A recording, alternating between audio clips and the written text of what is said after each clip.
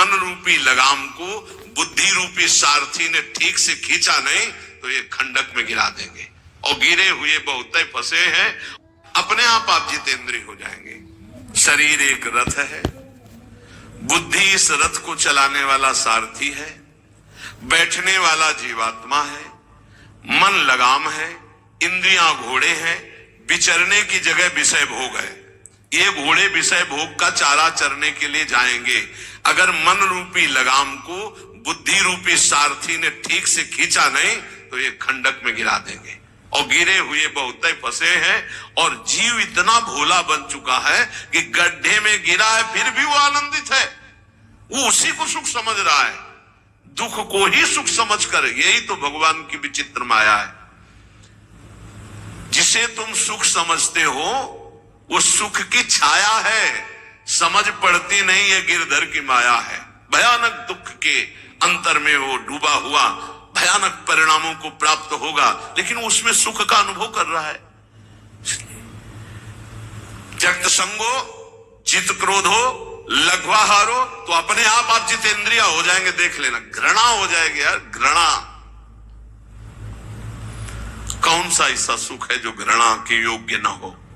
लौकिक बढ़िया से बढ़िया पदार्थ खाओ, तत्काल हम उसे वापस उलटते हैं, देखने लायक नहीं रह जाएगा। चिकनी चमड़ी केवल देखकर फंस रहे हैं, कुछ नहीं, पूरा जीवन बर्बाद हो जाता है। धर्म के लिए तो सेवन करने के लिए ठीक है, बकाया भगवत प्राप्ति के लिए जितेंद्रिय चलो, ठीक से चलो। विधाय बुद्ध्या द्वाराणि मनो ध्याने निवेशयेत्, शून्ये स्वेवावकाकेश गुहासु च वनेषु च, नित्य युक्ता सदा योगी ध्यानम सम्यक उपक्रमेत। श्री दत्तात्रेय जी महाराज कह रहे हैं, बुद्धि को परमात्म चिंतन से इतनी बलवान बनाओ कि अपनी इंद्रियों के द्वारों से घसीटकर उसे भगवान में स्थित करो। हर इंद्रिय द्वार बंद, अंतर्मुख इंद्रियों को करके परमात्म चिंतन में लग। शून्य स्वेवावकाशेषु, एकांत स्थल में कुछ देर बैठने का अभ्यास करना चाहिए। एकांत सुख मास्यताम, 24 घंटे में 48 मिनट का तो रख ही लो शांत एकांत। अपने कमरे में शयन के समय आधा पौन घंटा अगर आप निकाल पावे, बड़ा आनंद आएगा। 24 घंटे आप सेवा दिनचर्या में लगे, आधा घंटे निकाल लो या 48 मिनट शांत बैठ जाओ। बिल्कुल कोई माला नहीं, कोई क्रिया नहीं, बिल्कुल आप इस बात को देखना करके शांत बैठो। पहले बैठ जाओ। अब देखो आपका मन कहां है, तत्काल देखिए। जो ही शांत बैठे, अब है कहां? जो सामने रूप आ रहा है, चाहे वो वस्तु हो, व्यक्ति हो, स्थान हो, उसमें तुम्हारी ममता है, उससे तुम्हारा संबंध है। वस्तु, व्यक्ति, स्थान, प्रभु आ रहे हैं कि संसार का कोई वस्तु, व्यक्ति, स्थान आ रहा है? यदि कोई संसार का वस्तु, व्यक्ति, स्थान आ रहा है तो तत्काल उसमें भगवत भावना करो, या वहां से हटा के तत्काल अपने गुरु मंत्र में लगाओ। शांत एकदम बैठो। अब उस समय जांच करो कितनी बार किसका रूप आया। प्रभु का कितनी बार आया, संसार, और जिसका जितनी बार आए उससे अधिक नंबर देखिए कि 5 बार तो उस पुरुष का आया, 5 बार उस स्त्री का आया, एको बार प्रियाजू का नहीं आया। इसका मतलब अभी प्रियाजू में हमारा मन नहीं लगा, अभी यहां स्त्री पुरुष में, वस्तु में, व्यक्ति में, स्थान में लगा। जांच करो और हृदय में पश्चाताप करो। धिक्कार है, इतना समय हो गया, एक बार भी प्रियालाल का रूप नहीं आया। ये सांसारिक रूप आ रहे, ये सांसारिक वस्तुएं आ रही। धिक्कार है हमारे मन को, धिक्कार है हमारे जीवन को। ये हम आपको आंतरिक बात कह रहे हैं।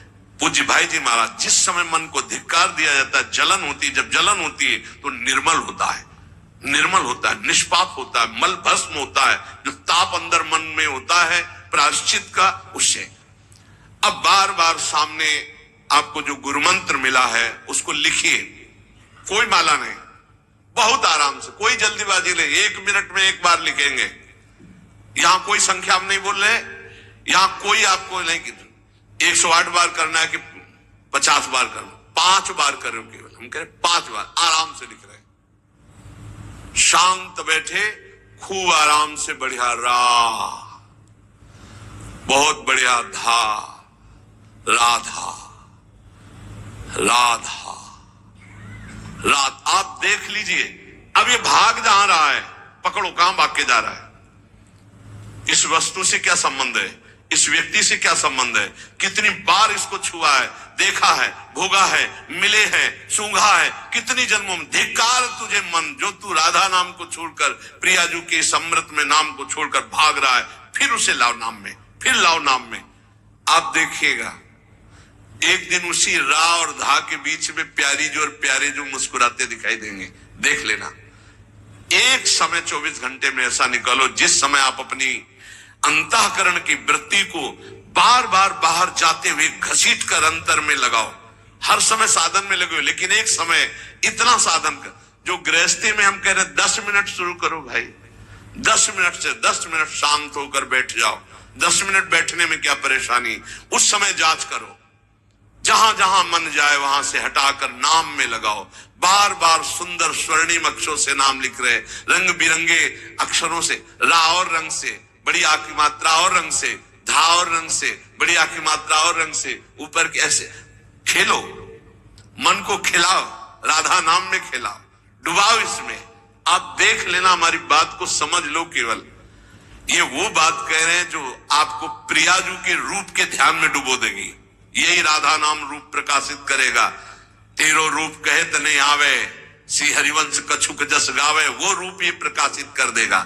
तो कह रहे शून्य स्वेवाव कासेसु, एकांत स्थान में जहां आपको विक्षेप न पड़े।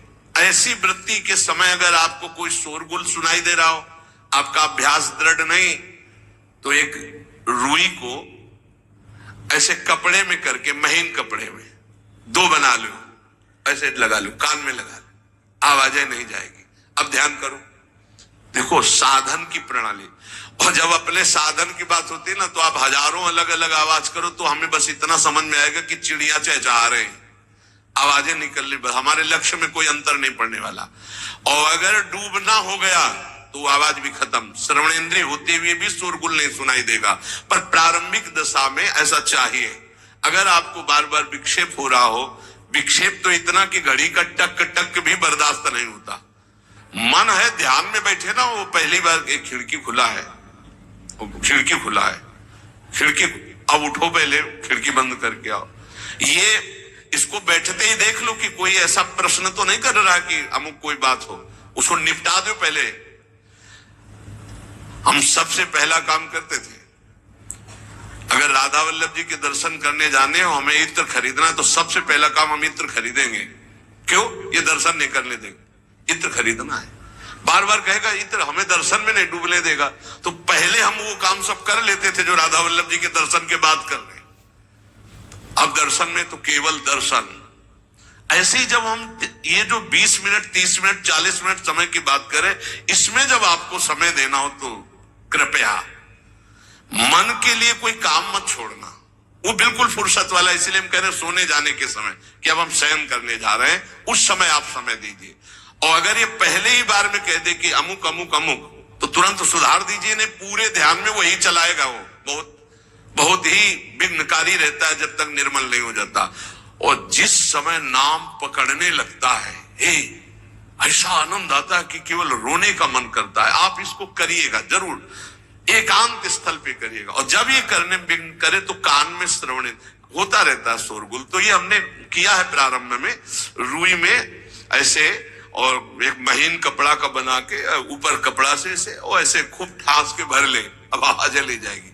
अब अंदर राधा राधा राधा आनंद आएगा। ये प्रारंभिक है, ये आगे चल के इनकी जाती है तो उपासक का चित्त भगवदाकार होने लगता है। कह रहे वही सच्चा सन्यासी है।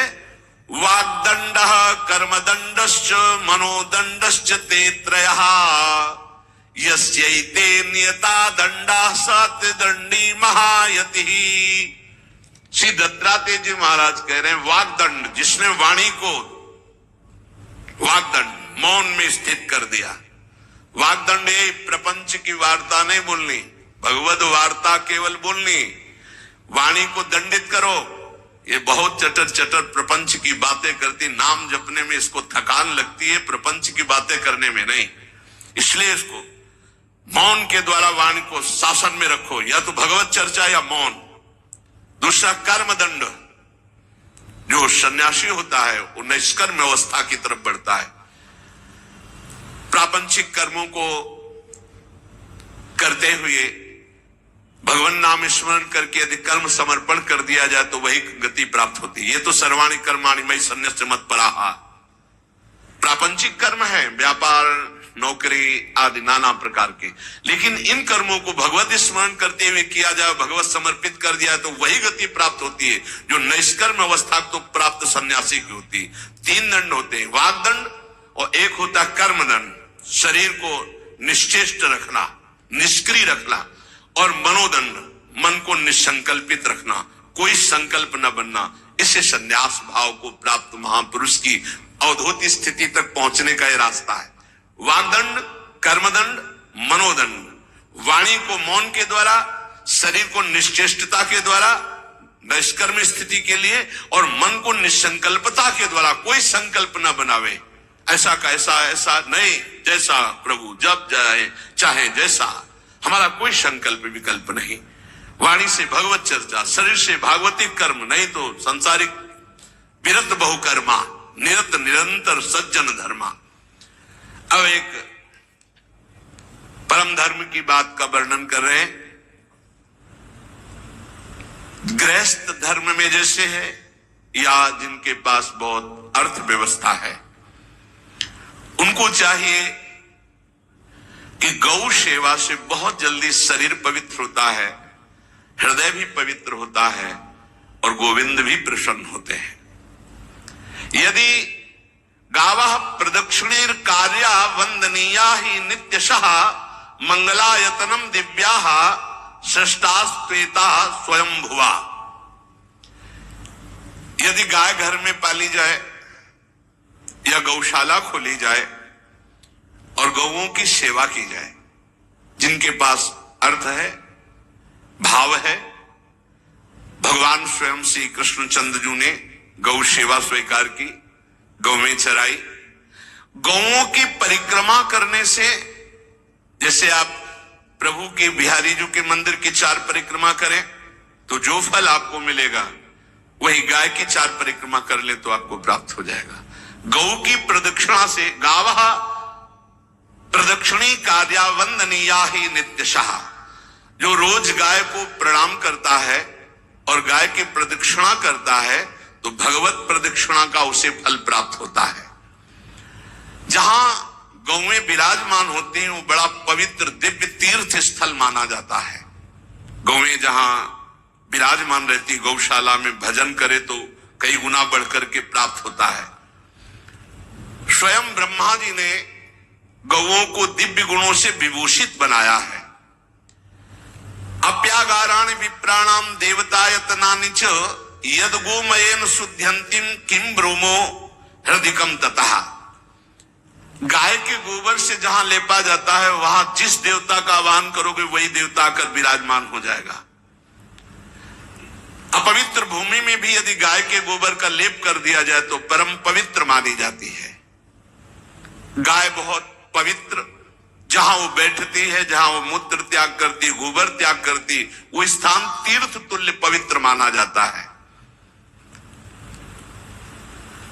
भगवान जब गाय के पीछे पीछे चलते तो गोरज उड़कर उनके मस्तक पर विराजमान होती, उनके मुखार बिंदु पर विराजमान होती।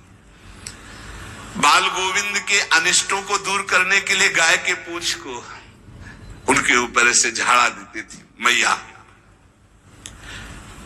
जब गुरु मंत्र वैदिक सिद्धांत से दिया गया था पहली बार, तो पंचगव्य पिलाया गया था। गोमूत्रम गोमयम क्षीरम दधि सर्पिस्तथैव च गवाम पंच पवित्राणि पुनन्ति सकलम जगत। कितना भी बड़ा पापी हो, अगर पंचगव्य पिलाया जाए तो वो वैदिक मंत्रों को स्वीकार करने लायक हो जाता है, पवित्र हो जाता है। पंचगव्य में 5 चीजें गाय की होती है। गाय का मूत्र, गाय का गोबर, गाय का दूध, गाय का दही और गाय का घी, ये पांचों मिलाकर पंचगव्य पिलाया गया था। पहली बार जब वैदिक मंत्र दिया गया था तो पंचगव्य बनवाया था गुरुदेव भगवान ने संन्यास, और वो पिलाया था। ये पंचगव्य पिलाने से अपवित्रता का नाश होकर पवित्रता का संचार होता है। इसलिए धन्य है उनका जीवन जो गौ सेवा परायण है भगवत भाव से, गाय में साक्षात भगवान का भाव रखकर गौ सेवा करते हैं। त्रसिता गौर गृहे बद्धा गेहे कन्या रजस्वला देव शास्त्र सन्निर्माल्य हंति पुण्यम पुराकृतम। यदि घर में गाय बंधी है और भूखी है और प्यासी है तो तुम्हारे सारे पुण्य नष्ट हो जाएंगे। अगर घर में रजस्वला कन्या बहुत काल तक है और उसका विवाह आप नहीं कर रहे हैं तो आपके सारे सुकृत नष्ट हो जाएंगे। यदि घर में ठाकुर जी विराजमान हो, कर का पहनाया हुआ माला सुबह तुमने देख लिया तो तुम्हारे सारे पुण्य नष्ट हो जाएंगे, क्योंकि शयन कराते समय तुमने उतारा नहीं, अर्थात तुम सेवा में प्रमाद करते हो। तो देवताश्च निर्माल्य हंति पुण्यम पुराकृतम। जैसे सुबह श्रृंगार किया तो रात्रि के शयन के समय वो हटा लेने चाहिए माले।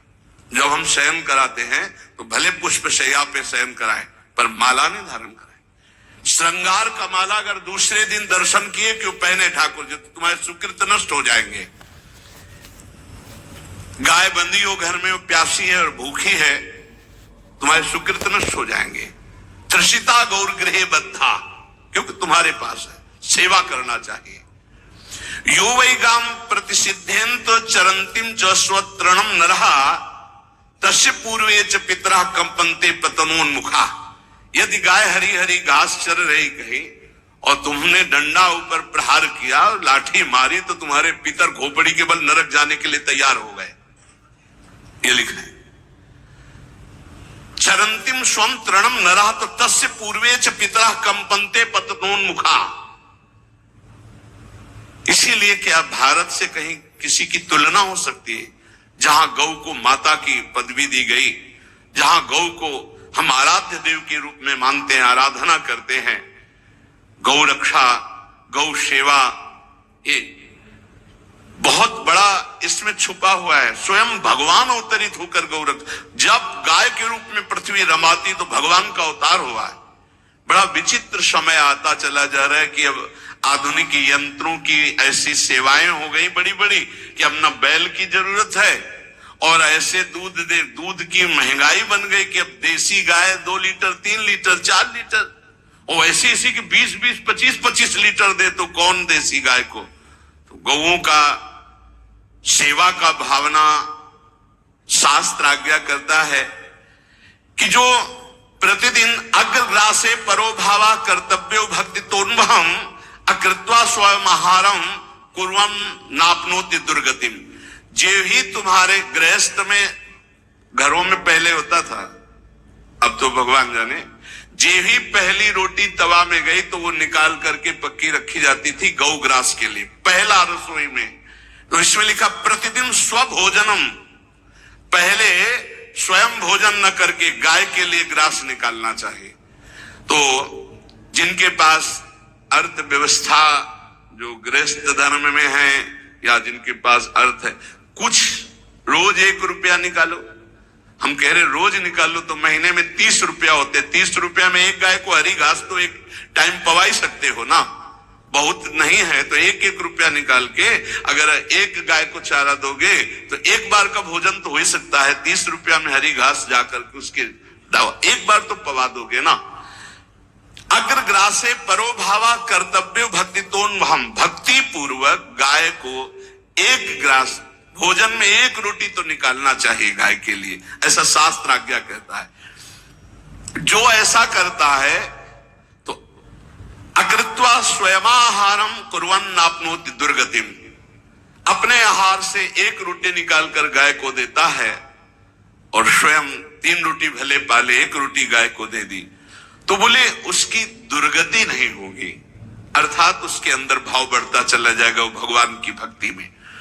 और तेनाग्नयो हुता सम्यक पूजितास्तेन यो ददाति गवान्हिकम, जो प्रतिदिन गौग्रास निकालता है, अर्पित करता है, तो उसको अग्निहोत्र करने का फल मिलता है, उसके पितरों को तृप्ति मिलती है और समस्त देवताओं के पूजन का फल मिल जाता है जो गौग्रास निकालता है।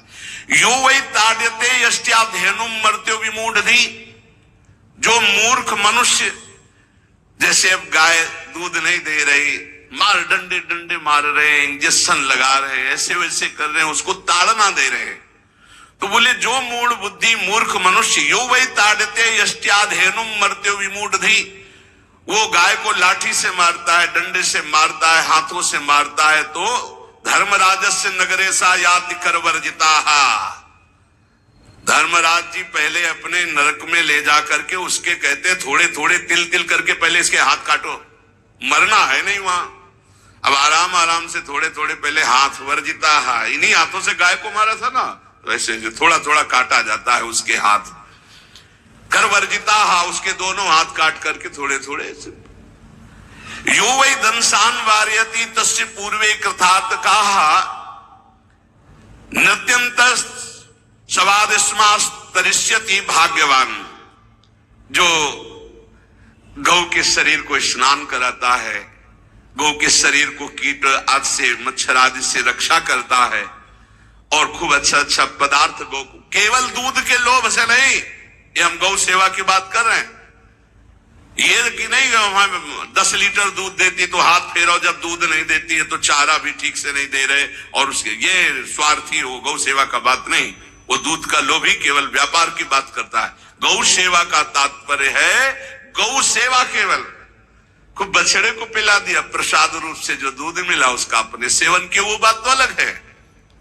अब बछड़े को तो जरा सा केवल पिन्हाने के लिए कर दिया और खूब सारा दूध लीटर में नाप करके जा रहा है, और उस समय तक तो खवाओ पियाओगे ही खूब अच्छे से, इसके बाद जब दूध देना बंद किया तो उसका आदर सत्कार खत्म, खोल के बाहर ऐसे वो प्लास्टिक खाते घूम रही, तो ये गौ सेवा नहीं मानी जाएगी, वो स्वार्थ पूर्ति मानी जाएगी। जो सदैव गौ सेवा करता है, उसके डांस मच्छर हटाता है, स्नान कराता है, पीठ में हाथ फेरता है, उसके पूर्वज जो पितर होते हैं वो नाच पड़ते हैं, उनका मंगल होना शुरू हो जाता है कि हमारे वंश में गौ सेवक पैदा हुआ, बड़ा भाग्यवान है और वो गौ के द्वारा हमें तार देगा, ऐसा भाव। गौ सेवा हमारे सनातन धर्म में बहुत बड़ा स्थान गौ सेवा का है। पर एक बात ध्यान रखें, इन सब सेवा का फल है भगवान के चिंतन में निरंतर वृत्ति डूब जाए, हमारी एक एक वृत्ति एक एक क्षण भगवान के चिंतन में डूब जाए। अगर नहीं तो हम आपको उत्तर दे रहे हैं। कल प्रश्न हुआ था कि क्या गौ सेवा के बिना मुक्ति मिल सकती है? क्या महाराज नृग जैसा कोई गौ सेवक हुआ है दानी?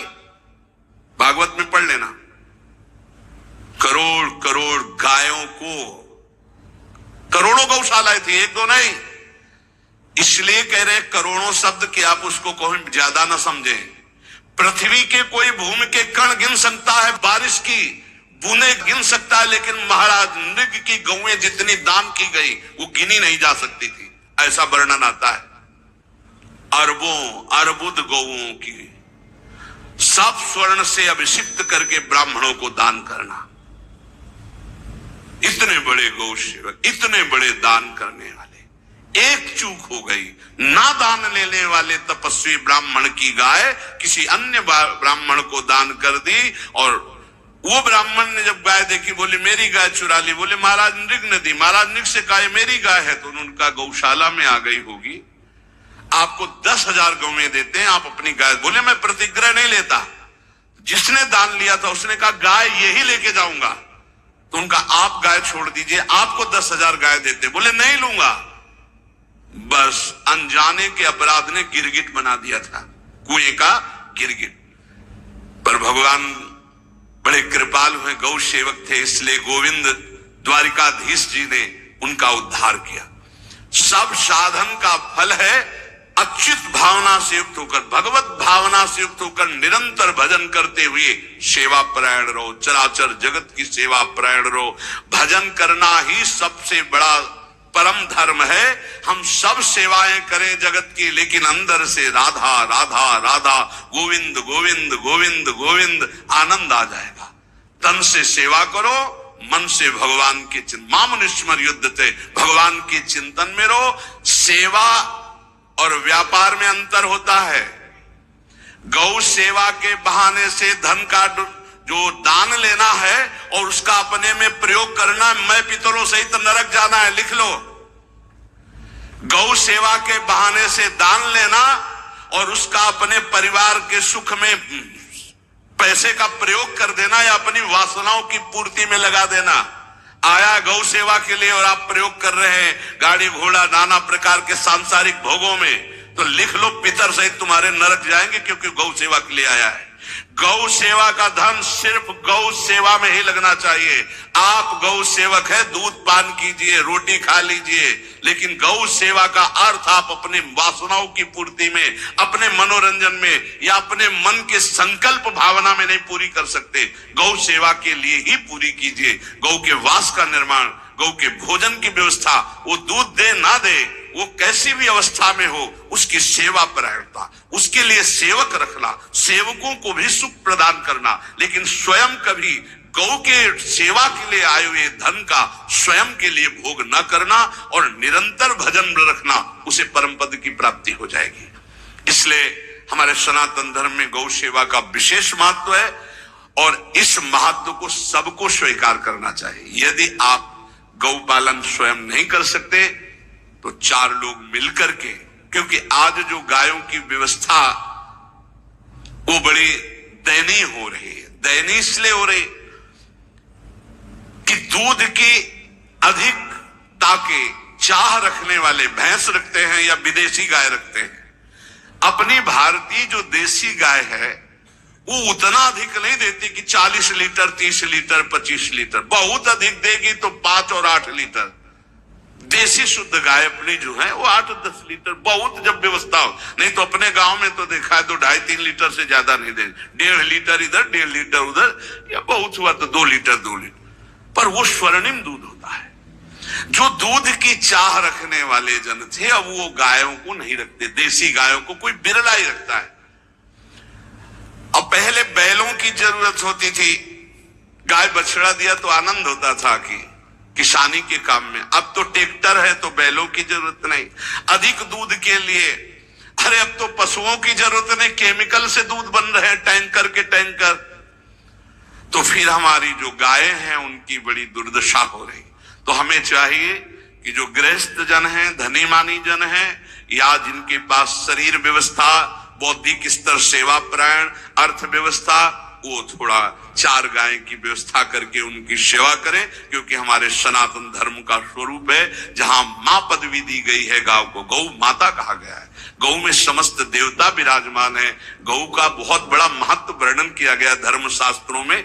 यहां तक कि जब कोई ऋषि नाराज होता था तो आगे गाय करके जाया जाता था तो क्षमा हो जाती थी। गाय को देखते ही वो क्षमा कर देते थे। बहुत महिमा वर्णन की गई है गौ की। इसलिए जिसको भी अगर नहीं अर्थव्यवस्था है तो एक रोटी तो निकाल सकते हो ना। तुम्हारी रसोई में रोटी बने तो पहली रोटी निकाल लो और आसपास जहां गाय बंधी हो तो उसको दे आओ जाकर, तो कम से कम धर्म का पालन हो जाएगा, गौ सेवा बन जाएगी। तो गौ सेवा